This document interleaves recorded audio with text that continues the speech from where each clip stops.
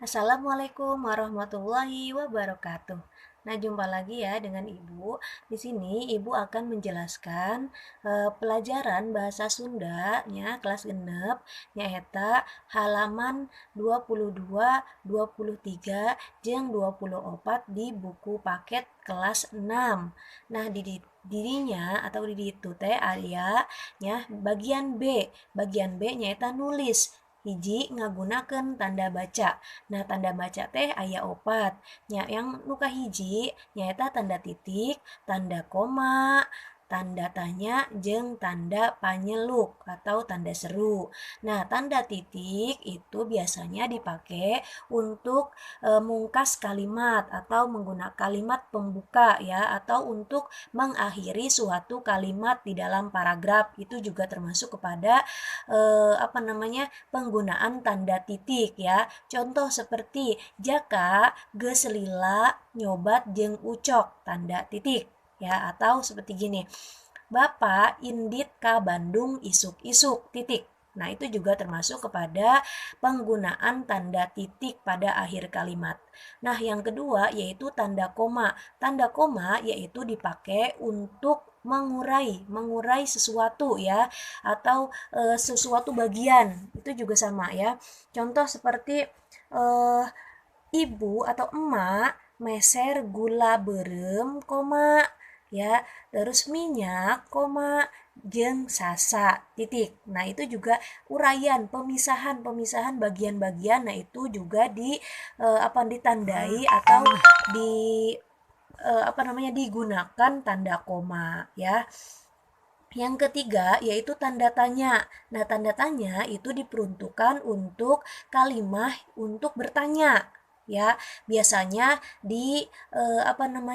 diiringi dengan kata tanya. Contoh seperti saha ya, saha teh siapa ya, terus baraha berapa, terus naha kenapa. Nah, itu sabaraha harga beas sakarung teh, tanda tanya.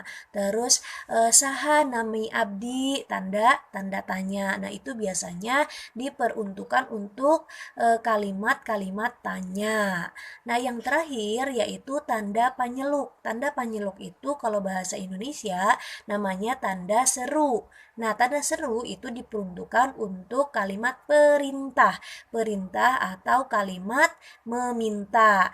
Contoh seperti punten tutupkeun panto aya angin. Nah, itu tanda seru ya. Jadi tolong tutupkan pintu nanti ada angin, tanda seru.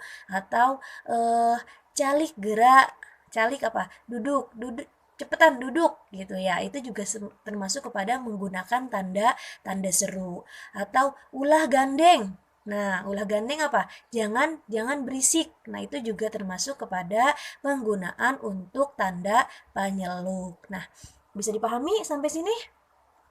Bisa ya. Nah, kalau sudah bisa dipahami, kalian boleh diisi. Di situ ada migawe pancen halaman 23 sampai 24. Ya, di situ ada soal nomor 1 sampai 10 ya. Kalian boleh ditulis ulang di buku tulis ya. Di buku tulis ulang dan diberikan tanda baca sesuai dengan yang sudah dijelaskan.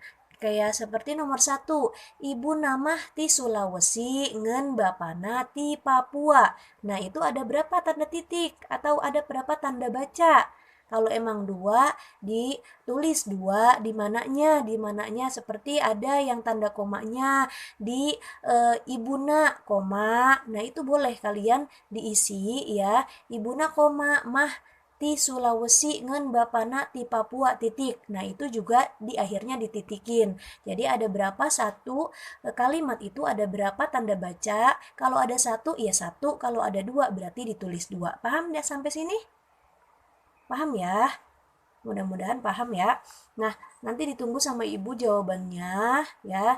Nanti dikirim, dipoto, dikirim ke WA ibu. Oke, cukup sekian ya. Assalamualaikum warahmatullahi wabarakatuh.